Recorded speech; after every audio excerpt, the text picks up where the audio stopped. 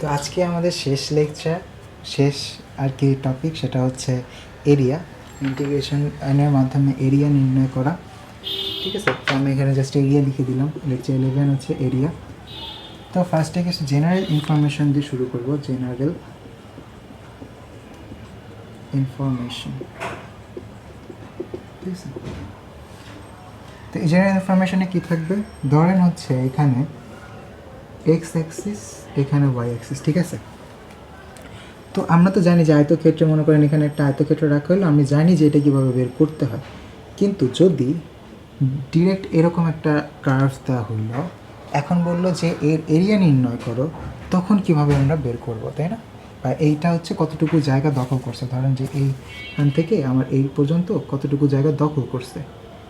এখন এইটা নির্ণয় করতে গেলে আমাকে ইন্টিগ্রেশন ইউজ করতে হবে, তাই না? একটু আগে যে আগের লেকচারে যে রিমেন্স আমি দেখেছিলাম, লেকচার 9 মেবি, তাই না? সেখানে আমি বিস্তারিত বলছিলাম যে কীভাবে কী করতে হয় টুকরো টুকরো করে, ঠিক আছে। তো এখানেও তাই। তো এখানে ধরেন যে এটা X equals to A point, এটা X equals to B point, ঠিক আছে। এটা ধরেন হচ্ছে function Y equals to F of X. Okay, এখন এটার এরিয়া হবে, তো এটা হচ্ছে আর কি কতগুলা এরকম কার্ভ আছে। তো এটা প্রত্যেকটা জিনিস নোট করে রাখবেন যে এইটার জন্য এরকম এরিয়া আর কি আসবে, তাহলে আর কি বাকিগুলোর জন্য সহজ হয়ে যাবে।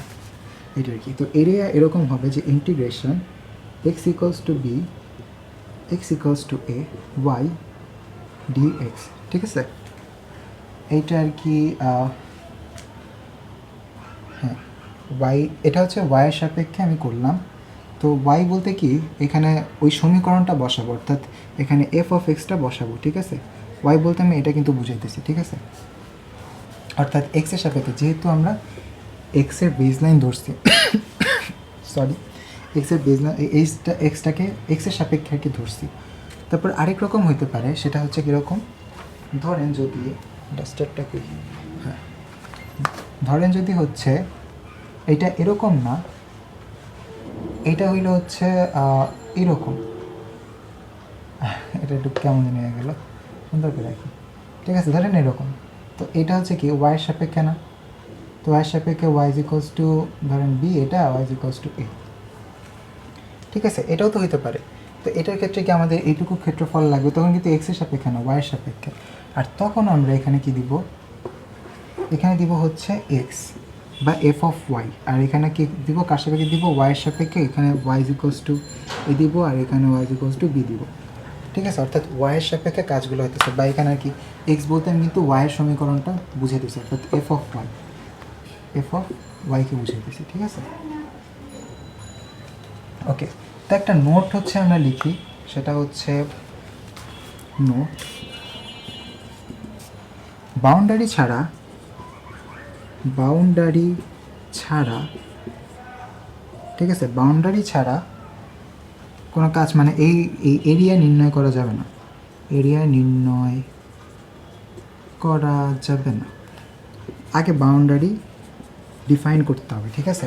যায় না বা যাবে না, যার বাউন্ডারি তার রেসপেক্ট হবে, যার বাউন্ডারি, যার বাউন্ডারি, যার বাউন্ডারি তার রেসপেক্টে, যার বাউন্ডারি তার, বাউন্ডারি তার রেসপেক্টে হবে, রেসপেক্টে এরিয়া নির্ণয় করা হবে, এরিয়া নির্ণয় করা হবে, করা হবে, ঠিক আছে। এইটা হচ্ছে আর কি, নোটটা লিখে রাখেন হবে। তো আরও কিছু গ্রাফস আমরা দেখব, সেটা হচ্ছে আমরা তো দেখলাম যে উপরে কীভাবে গেল আর নিচে পাশে কীভাবে গেল। এখন তো এটা নিচেও যেতে পারে, আবার এরকম করে উঠতে পারে, তো সেই জন্য প্রত্যেকটা আমরা চেক করব। ধরেন আমি হচ্ছে এটুক কাটি, এটুক কাটি, এটুক কাটি, পুরোটাই কেটে দিই, ঠিক আছে, এটুক পুরোটাই কাটলাম। তো ধরেন যে এটার চিত্রটা হচ্ছে এরকম আঁকলাম আমি, ঠিক আছে, ওয়াই আর এটা হচ্ছে এক্স। তো ধরেন যে এরকম একটা কার্ভেচার আছে, দেন হচ্ছে এইটা কার রেসপেক্টে করতেছি আমি, এটা সোজা হইতেছে না, বুঝতে পারতেছি। তো এটা হচ্ছে এক্সের রেসপেক্টে করতেছি, তাই না। তো এখানে দিলাম হচ্ছে x equals to a, x equals to B.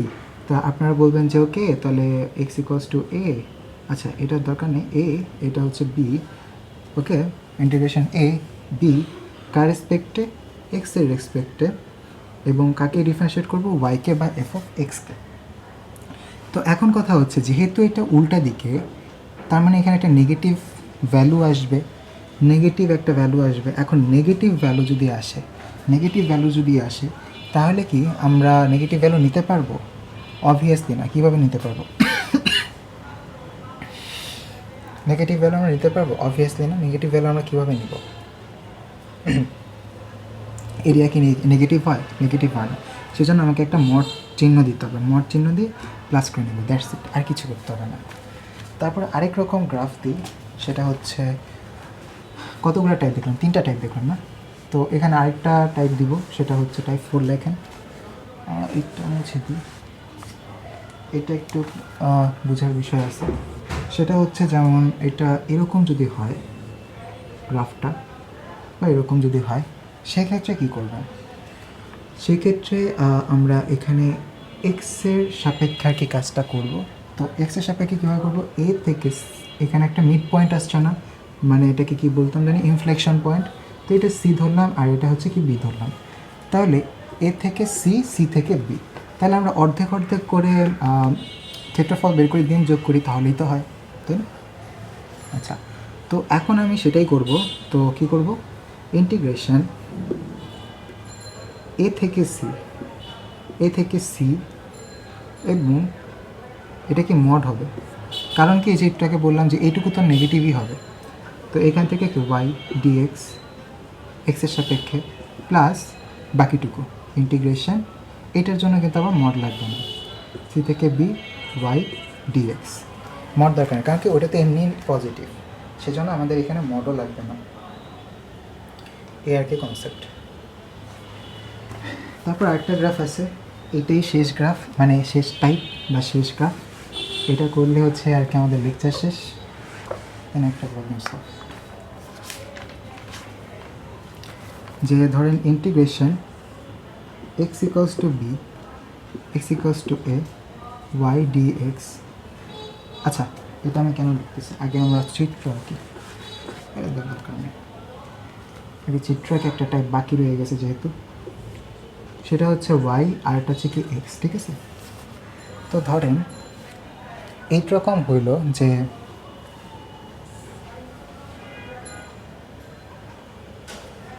আচ্ছা, ধরেন হচ্ছে এরকম হইল যে এইভাবে কার্ভেচার তৈরি হলো, ঠিক আছে? এখন এইটার সাথে ইন্টারসেক্ট হয়েছে, বুঝাই যেতেছে, তাই না? এইটা ধরেন y1, এটা হচ্ছে y2 ধরেন। তো এখন আমরা আমাদের বললো কি যে এইটুকুর অংশের ক্ষেত্রফল নির্ণয় করো।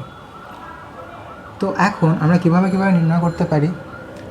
দেখেন, আমরা কিন্তু এই দিকটায়, অর্থাৎ ফার্স্টে আমরা এইটুকু বের করলাম, ঠিক আছে? তারপরে এই পুরাটুকু বের করলাম, দেন বিয়োগ করে দিলাম কোথা থেকে? y1 মাইনাস y2 থেকে ক্ষেত্রফল। তাহলেই তো আমরা হচ্ছে ক্ষেত্রফলটা পেয়ে যাবো, তাই না? এরিয়া যে এক্স্যাক্ট এইটুকুর ক্ষেত্রফল করতে হবে। চলেন করি, এটা হবে ইন্টিগ্রেশন। আচ্ছা, এখানে হচ্ছে আমি একটা এ পয়েন্ট ধরলাম, এটা হচ্ছে বি পয়েন্ট ধরলাম, এটা ধরলাম এ আর এটা হচ্ছে বি, ঠিক আছে? ইন্টিগ্রেশন এ থেকে বি ধরলাম হচ্ছে y2, না y1, ঠিক আছে? y1 এই পুরোটা, ঠিক আছে? এই পুরোটা y1 dx, এক্সের সাপেক্ষে। তারপর হচ্ছে এখানে কি করব? আমরা মাইনাস করব এইটা থেকে এইটুকু, এই পুরোটা থেকে এইটুকু মাইনাস করব। তাহলে ইন্টিগ্রেশন এ কমা বি, অর্থাৎ বি পর্যন্ত তো চাইতেছে ওয়াইটি ডি অফ ডিএক্স, অর্থাৎ এক্সের রেসপেক্টে হচ্ছে ওয়াইটির ডিফারেন্সিয়েশন। তো এরকম করলেই তো হচ্ছে আমরা এরিয়াটা পেয়ে যাবো, তাই না? আমরা এইটুকুর এরিয়া তো পেয়ে যাব। আমাদের দরকার তো এইটুকু এরিয়া, আমাদের চাইছে এইটুকু এরিয়া, তার মানে আমরা এইটুকু এরিয়া বের করতে পারবো। এইটাই আসলে কয়েকটা টাইপ, এই টাইপের মধ্যে ঘুরায় পেঁচায়া বা বিভিন্ন রকমভাবে আসে। এইচএসসি তো সেম এরকমই আসে। তো সুতরাং আশা করি বুঝতে পারছি যে কীভাবে একটা এরিয়া কীভাবে বের করতে হবে ইন্টিগ্রেশনের মাধ্যমে। খুবই সহজ কনসেপ্ট, আর এটা আমাদের এইচএসসিতে অনেক কঠিন লাগতো, বাট আমরা ভার্সিটিতে ওইটা অনেক সহজভাবে শিখছি আর কি। তো এটাই আর কি, এটা আপনাদেরকে শিখাই দিলাম। তা আশা করি আপনারা বুঝতে পারছেন। যদি না বুঝে থাকেন তাহলে আমাদের কমিউনিটি আছে, মেসেঞ্জার গ্রুপ আছে, কত কিছু আছে, ওইখানে দিয়ে দিব।